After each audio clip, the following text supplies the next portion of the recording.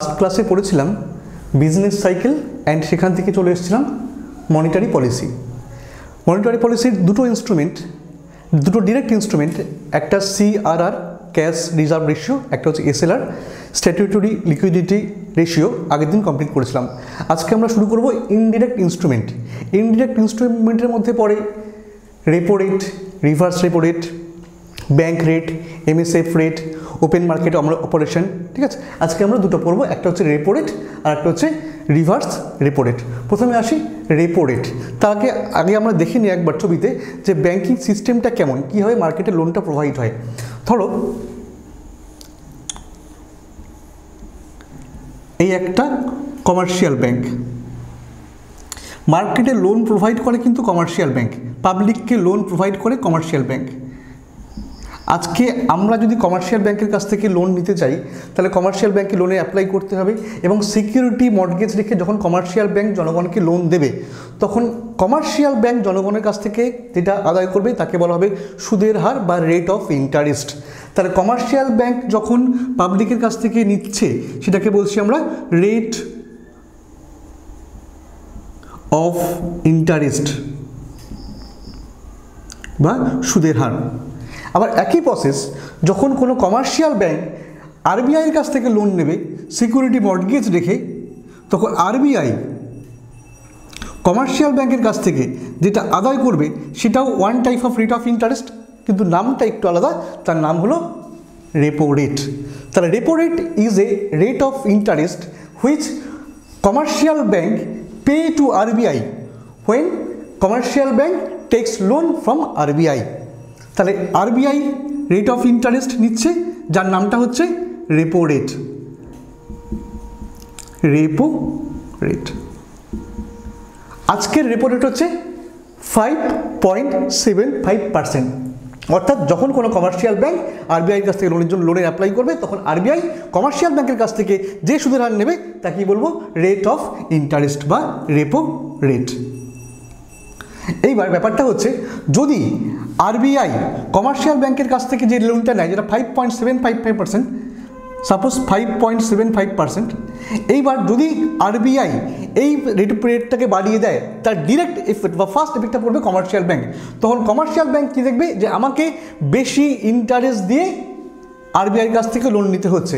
তখন commercial bank জনগণের কাছ থেকে যে ইন্টারেস্ট রেটটা নেয়, সাপোজ 12% রেট অফ ইন্টারেস্ট ছিল, যদি আজকে আরবিআই এটাকে বাড়িয়ে 6.5% করে দেয় তাহলে কমার্শিয়াল ব্যাংক দেখবে তাকেও বেশি ইন্টারেস্ট দিয়ে লোন নিতে হচ্ছে। তখন কমার্শিয়াল ব্যাংক কী করবে, সেও জনগণের কাছ থেকে যে রেট অফ ইন্টারেস্ট নেবে সেই রেট অফ ইন্টারেস্টটাকেও বাড়িয়ে দেবে, বাড়িয়ে হয়তো 14% করে দিল। এটা কে করলো? এটা করলো কমার্শিয়াল ব্যাংক যখন পাবলিকের কাছ থেকে লোন নেবে।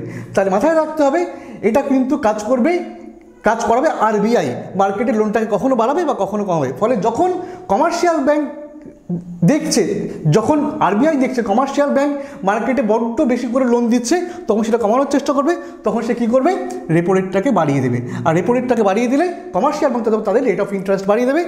এবার পাবলিক দেখবে যে রেট অফ ইন্টারেস্ট বেড়ে গেছে, অর্থাৎ লোন নেওয়াটা আগের থেকে অনেক বেশি কস্টলি হয়ে গেছে। ফলে খুব সমস্যায় না পড়লে কিন্তু আর সে কমার্শিয়াল ব্যাংক থেকে লোন নেবে না, মার্কেটে ফ্লো অফ মানিটা কিন্তু আস্তে আস্তে কমে যাবে। আবার উল্টো ব্যাপারটা হবে কখন, যখন কমার্শিয়াল ব্যাংক দেখছে, যখন আরবিআই দেখছে কমার্শিয়াল ব্যাংক মার্কেটে কম লোন দিচ্ছে তখন সে কী করবে, রেপো রেটটাকে কমিয়ে দেবে। যেই রেপো রেটটাকে কমিয়ে দেবে তখন কমার্শিয়াল ব্যাংক দেখবে যে আমি আগের থেকে অনেক কম ইন্টারেস্টে আরবিআইয়ের কাছ থেকে লোন পাচ্ছি, তখন সে কী করবে, তখন সে জনগণকে যে ইন্টারেস্টের নিত যাকে আমরা বলছি রেট অফ ইন্টারেস্ট, সেই রেট অফ ইন্টারেস্টটাকেও কমিয়ে দেবে, কমিয়ে হয়তো 10% করলো। এইবার জনগণ দেখবে যে লোন নেওয়াটা আগের থেকে অনেক বেশি সস্তা হয়েছে, ফলে কমার্শিয়াল ব্যাংক থেকে যে টাকাটা বেরোচ্ছিল, ফ্লো অফ মানি হচ্ছিল, সেটা কিন্তু আগের থেকে বেশি হবে। ফলে দেখলাম হোয়াট ইজ রেপো রেট এবং এই রেপো রেটটা কীভাবে কাজ করে। কিন্তু একটা ইম্পর্টেন্ট জিনিস আমি বলেছি যে কমার্শিয়াল ব্যাংক যখন আরবিআইয়ের কাছ থেকে লোন নেয় বা যে রেটে লোন নেয় তাকে বলেছি রেপো রেট, কিন্তু মাথায় রাখতে হবে এটা কিন্তু একটা শর্ট টার্ম লোন। যখন কমার্শিয়াল ব্যাংক আরবিআইয়ের কাছ থেকে লোন নেবে আপ টু 90 days বা 90 দিন পর্যন্ত, তখন যে রেট অফ ইন্টারেস্ট হবে তাকেই বলবো রেপো রেট। অ্যাকচুয়াল ব্যাপারটা হচ্ছে যখন কোনো কমার্শিয়াল ব্যাংক আরবিআইয়ের কাছ থেকে রেপো রেটে লোন নেয় তখন প্রথম স্যাংশনটা হয় ফর 15 days, 15 দিনের জন্য রেপো রেটে লোন নিয়েছে কোনো একটা কমার্শিয়াল ব্যাংক, যদি 15 দিনের মধ্যে ওই লোনটা শোধ করতে না পারে তাহলে আরবিআই কী করে, সেটাকে আরও 15 দিন এক্সটেন্ড করে দেয়, অর্থাৎ 2 টাইমস হলো 30 দিন হলো। মনে করলাম যে এই 15 দিনের মধ্যেও সে শোধ করতে পারলো না, তখন আরবিআই কী করলো, আরও 15 দিন এক্সটেন্ড করলো। এইভাবে আরবিআই এক্সটেন্ড করতে করতে 6 টাইম এক্সটেন্ড করে। 15 × 6 টাইম এক্সটেন্ড করলে দাঁড়ালো কত, 90 ডেজ। তাহলে রেপো রেটের টাইমটা হচ্ছে শর্ট টার্ম, অর্থাৎ 90 ডেজ। তার দাঁড়ালো কি, কোনো কমার্শিয়াল ব্যাংক যখন উইদিন 90 ডেজ বা 90 ডেজের মধ্যে আরবিআইয়ের কাছ থেকে লোনের জন্য অ্যাপ্লাই করবে বা আরবিআই পর্যন্ত 90 ডেজ পর্যন্ত তখন যে রেটটা নেওয়া হবে তাকে তখন বলা হবে রেপো রেট। এবার এই রেপো রেটে কত পার্সেন্ট কত টাকা লোন নেবে তার কিন্তু একটা লিমিট কিন্তু আরবিআই বলে দিয়েছে, যে সব সময় লোন চাইলেই কিন্তু অ্যামাউন্টটা কিন্তু ফিক্সড করা আছে। অ্যামাউন্টটা কি, তার একটা মিনিমাম বা একটা ম্যাক্সিমাম লেভেল কিন্তু আরবিআই ফিক্সড করে দিয়েছে। Minimum limit of repo rate লেন, minimum limit